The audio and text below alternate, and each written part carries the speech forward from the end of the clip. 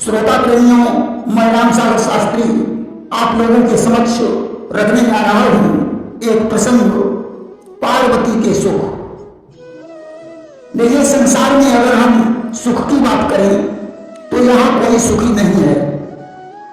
किरण कहे धनवान सुखी, धनवान कहे सुख राजा को भारी, और राजा कहे महाराजा सुखी, महाराजा कहे सुख इंद्र को भारी, और इंद्र कहे ब्रह्मा जी सुखी, और ब्रह्मा कहे सुख विष्णु को भारी, और सुख मंजुल नाही मिलो मन को, संतोष बिना सब लोग दुखारी।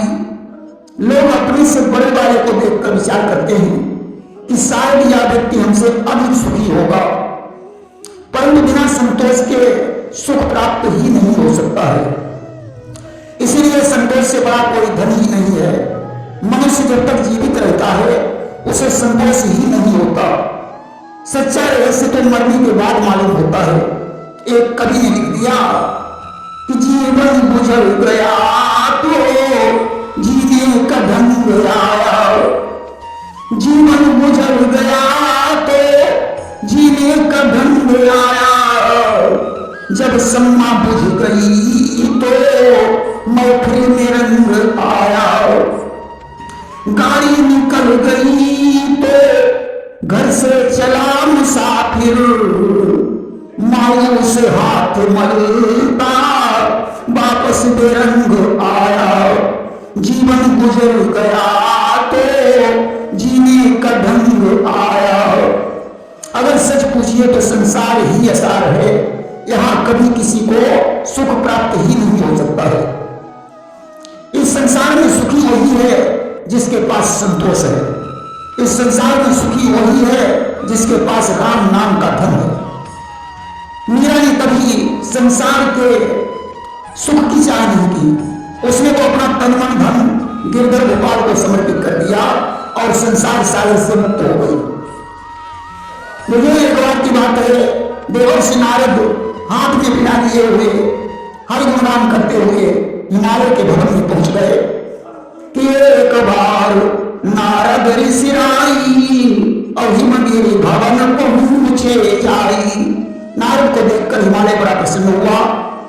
उसने उनके चरणों का प्रचारण करके बैठने के लिए सुंदर आसन दिया कि शैल राज बड़े आदर कीना, पग पखारी बड़ो आसन दीना। स्वागत सत्कार करने के पश्चात हिमालय ने देवर्षि नारद से कहा, मगर आपकी आज्ञा से मैंने अपनी पुत्री का विवाह शंकर जी के साथ कर दिया, परंतु मेरी पुत्री को कोई सुख नहीं दिखाई पड़ रहा है। ब्रह्मा जी को देखता हूं तो उनके पास ब्रह्मलोक है, सुंदर हंस की सवारी है। भगवान विष्णु को जब देखता हूं तो उनके पास वैकुंठ लोक है, सुंदर गरुड़ का वाहन है। कि वास करी वैकुंठ लोक में विष्णु सुदर्शनधारी, अति सुंदर है भवन साथ में सोहे गरुड़ सवारी। राजा इंद्र के पास इंद्रलोक है, एक सुंदर ऐरावत हाथी है। यहां तक कि समस्त देवताओं के पास सुंदर सुंदर महल हैं, परंतु मेरी पुत्री के कर्म में कैलाश पर्वत ही लिखा है कि सब देवन के भवन सुवासा, के कर्म आई कैलासा। इसलिए जब हम पुत्री के दुख पर विचार करते हैं तो रातों में नींद नहीं आती, मगर मेरी पुत्री सभी देवों के अपेक्षा दुखी है। नारद ने कहा, हेमंत, हम तो इस विवाह में माध्यम रहे, परंतु पार्वती जी की जोड़ी तो पितामह ब्रह्मा ने बनाई है, इसलिए इसमें हमारा कोई दोष नहीं है। दूसरी बात, जब हम ध्यान से देखते हैं तो संसार की सभी देवियों से सुखी मुझे आपकी पुत्री ही दिखाई पड़ती है। हिमालय ने कहा, वो कैसे नंबर? नारद ने कहा, सुनो, जिसके भवन में हमेशा प्रकाश रहता हो उस घर में रहने वाला कैसे दुखी हो सकता है? भोलेनाथ के मस्तक पर चंद्रमा है जो हमेशा प्रकाश देता है, दीपक जलाने की जरूरत नहीं पड़ती। शाम को सभी देवियों को दीपक जलाना पड़ता है, परंतु आपकी पुत्री को दीपक जलाने की आवश्यकता नहीं पड़ती है। होता है। सभी देवताओं को पानी भरने की जरूरत पड़ती है।